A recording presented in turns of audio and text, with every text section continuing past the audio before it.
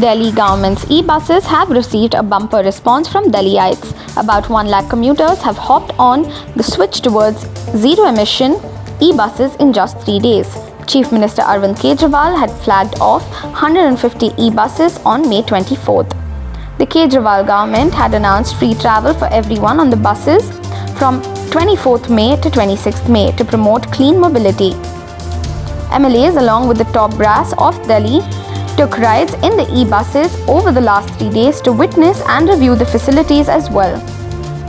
According to the Delhi government data, about 1 lakh people have travelled in electric buses for free on 3 days, out of which 40% are women, in which about 12,000 people travelled on the first day.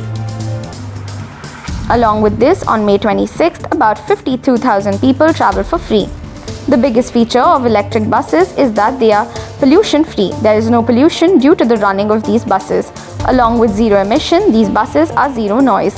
In addition, they are equipped with GPS devices, ramps for the differently abled, panic buttons, CCTV cameras, and other security-related facilities.